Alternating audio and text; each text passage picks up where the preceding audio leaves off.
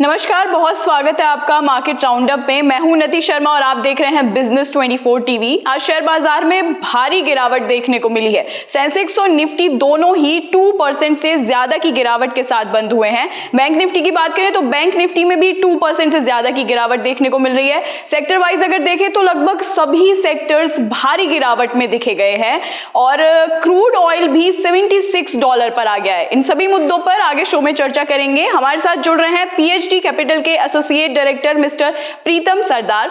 Sir, बहुत स्वागत है आपका मार्केट राउंडअप में। Hi ma'am and good afternoon आपको एंड बिजनेस 24 की सारे दर्शकों को and as always thank you for having me on show. जी सर, कैसा लग रहा है मार्केट में? इतनी ज्यादा गिरावट की उम्मीद थी? नहीं, उम्मीद तो इतना ज्यादा गिरावट का नहीं था। रेंज बाउंड ट्रेडिंग का तो प्रेडिक्शन पहले से ही था। जैसे कि दिखाई दे रहा है, हमने लगातार कोशिश किया है 24,200 के ऊपर सस्टेन करने का। अब सस्टेन भी किया हमने। अब एक जो सेंटिमेंट जब सुधरा तो इतना ऊपर आ जाएगा इतने जल्दी, वो भी हमने प्रेडिक्ट नहीं किया था। हालांकि ये प्रेडिक्शन तो था कि अगर 24,200 के ऊपर सस्टेन करता है तो निफ्टी एक बार 24,500 24,450 को जरूर टेस्ट करेगा। बिल्कुल उसी लेवल से हमें गिरावट देखने को मिला आज तो, क्योंकि वापस से ईरान में टेंशन अब फिर से उभरते हुआ देखा है और इसके वजह से अब क्रूड जो 72 के नीचे आ चुका था, ब्रेंट जो 72 के नीचे आ चुका था, वो वापस से अब 80 के आसपास मंडरा रहा है। 78 लास्ट मैं चेक किया था। तो इसीलिए आप देखेंगे कि बाजार में वापस से वो सेंटीमेंट खराब होता हुआ दिखाई दिया। अब ये क्योंकि एक्सपेक्टेशन में नहीं था, लोगों मार्केट भी इसको डिस्काउंट कर चुका था कि जो होना था हॉर्मूज में वो सारा हो चुका है। अब वापस से ये चीज जो शुरू हुआ है ये थोड़ा दिक्कत देने वाला है।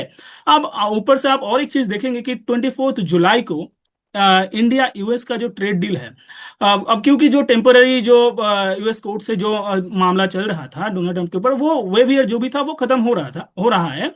तो इसके वापस से अब वो टैरिफ का मामला भी अगर सामने आता है तो इंडिया जो एक बेस लेवल टैरिफ 10% के आसपास जो सारे कंट्रीज को मिल रहा था, वो इंडिया के लिए वापस से बढ़ के हो सकता है कि 20% से ऊपर चला जाए। तो वो भी एक दिक्कत हो सकता है।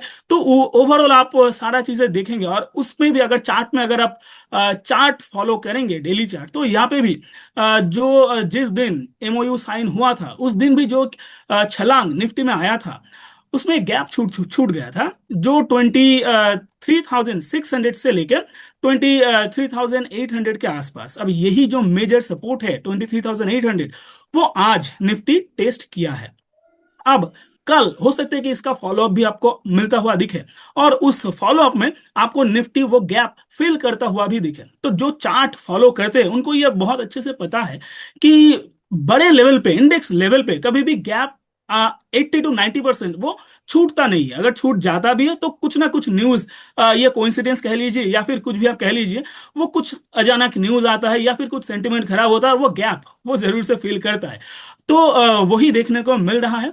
अब वापस से अगर निफ्टी 23,600 को टेस्ट करता है और वहां पे सस्टेन करने लगता है तो वापस से हमें एक बॉटम बनते हुए 23,600 के लेवल पर अगर दिखाई देता है तो वापस से निफ्टी में 24,000 के ऊपर फिर से सस्टेन होने का एक चांसेस दिखाई देगा।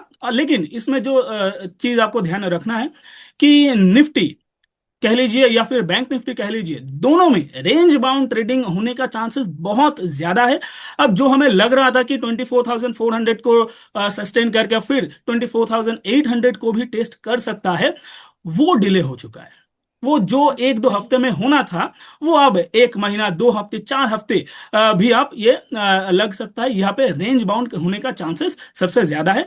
तो ध्यान रखिए, कभी भी आपको डिप मिले तो डिप में बाय करने का चांस रहेगा, करने की सोचिए, और जब भी आपको अपर लेवल मिले तो वहां पे सेल करने का सोचिए। जी, तो निफ्टी और बैंक निफ्टी में रेंज बाउंड का खतरा हो सकता है। ठीक है सर, ये तो हो गई इंडेक्स की बात। अब अगर सेक्टर वाइज देखें तो लगभग सभी सेक्टर्स गिरावट के साथ नजर आ रहे हैं। तो इस गिरावट को इन्वेस्टर्स को कैसे देखना चाहिए? देखिए, इंडेक्स लेवल पे तो ट्रेड करने का सलाह पहले दिन से ही मेरा नहीं था, क्योंकि रेंज बाउंड ट्रेड कर रहा है। तो इंडेक्स लेवल पे अगर आप इन्वेस्ट करेंगे ऑप्शन कह लीजिए, फ्यूचर कह लीजिए, तो वहां पे पैसा बनने का चांसेस बहुत ही कम है। अब स्टॉक स्पेसिफिक देखें, क्योंकि छोटे छोटे बहुत सारे पॉकेट्स है जहां में मोमेंटम अभी भी है। कुछ दिन पहले भी आप देखेंगे पावर एनर्जी थीम, वो भी स्पेशली एमएनसी जो काउंटर्स थे वो बहुत अच्छा चला था। फिर हम तो फार्मा ऑलरेडी हम देख ही रहे हैं कि वो उसमें अभी भी थोड़ा मोमेंटम है। अब क्योंकि ये डिफेंसिव है तो यहाँ पे आपको मोमेंटम ऑलरेडी देखने को मिलेगा। अब एफएमसीजी भी देख लीजिए, कुछ दिन पहले एफएमसीजी भी बहुत अच्छा चला था। तो छोटे छोटे पॉकेट्स हैं जहां पे मोमेंटम है। तो अगर आप स्टॉक स्पेसिफिक आप पोजीशन बनाएंगे और स्टॉक स्पेसिफिक इन्वेस्टिंग करेंगे तो इस मार्केट में भी आप प्रॉफिटेबल रह सकते हैं। बस आपको थोड़ा चौकन्ना रहना होगा, थोड़ा न्यूज वगैरह देखिए और उस हिसाब से आप अपना पोजीशन रखिए। जो भी पोजीशन आप रखेंगे, सलाह ये रहेगा कि उसको थोड़ा हल्का रखिए। ज्यादा हेवी पोजीशन इस मार्केट में, इस सिचुएशन में आप मत बनाइए जी। सर, कल के ट्रेडिंग सेशन के लिए कोई स्टॉक्स में टॉप पिक है आपकी? बिल्कुल। देखेंगे आज इतना गिरावट हुआ, लेकिन एथर एनर्जी जो ईवी थीम से आता है एंड प्रोबेबली पूरे ईवी थीम में यही जो स्टॉक है, काउंटर है, जो मुझे बहुत अच्छा लगता है। अब लगातार ये तो रुकने का नाम ही नहीं ले रहा है, लगातार ब्रेकआउट दे रहा है, रेंज बाउंड ट्रेड कर रहा था। अब जी एथर एनर्जी में आप देखेंगे एक रेंज बाउंड ट्रेड हो रहा था, एक अच्छा ब्रेकआउट आया था, वॉल्यूम के साथ आया था, उसके बाद एक टाइट रेंज में काउंटर ट्रेड कर रहा था। और आज के सेशन में देखेंगे मार्केट इतना नीचे गिरा, लेकिन जो एथर एनर्जी में जितनी भी बाइंग आया था उसमें प्रॉफिट बुकिंग नहीं आया। मतलब ये हुआ कि आज का जो भी बाइंग हुआ है वो डिलीवरी बेस्ड बाइंग हुआ है। इतने ऊपर आने के बाद भी तो ये कॉन्फिडेंस शो करता है। तो इसीलिए एथर एनर्जी में आप अगर शॉर्ट टर्म में भी देखेंगे, 3 हफ्ते 4 हफ्ते के लिए भी अगर आप स्विंग पोजीशन करके आप यहाँ पे जाएंगे तो यहाँ पे भी आपको एक हो सकता है कि आपको थोड़ा प्रॉफिट यहाँ पे मिलता हुआ दिखाई दे। तो काउंटर इसी लेवल पे जो 1200 के लेवल पे चल रहा है, इसी लेवल पे अगर आपको खरीदने का मौका मिले कल के सेशन में भी तो खरीदने का सलाह रहेगा। 2 टारगेट मैं यहाँ पे देना चाहूंगा। पहला टारगेट आपको यहाँ पे रहेगा 1226 रुपए, 1226 रुपए में आप एक इंटरमीडिएट टारगेट रख के चलिए एंड 1285 के लेवल पे फाइनल टारगेट रख के आप चलिए। और जो स्टॉप लॉस रहेगा वो 1112 रुपए में आप स्टॉप लॉस रख के काउंटर को आप एक छोटे टाइम के लिए आप पोजीशन यहाँ पे बना के चल सकते हैं। अगर आपके पास 1 महीना 1.5 महीना टाइम अगर होता है तो काउंटर आपको 1370-75 के लेवल पे भी आता हुआ दिखाई देगा जी।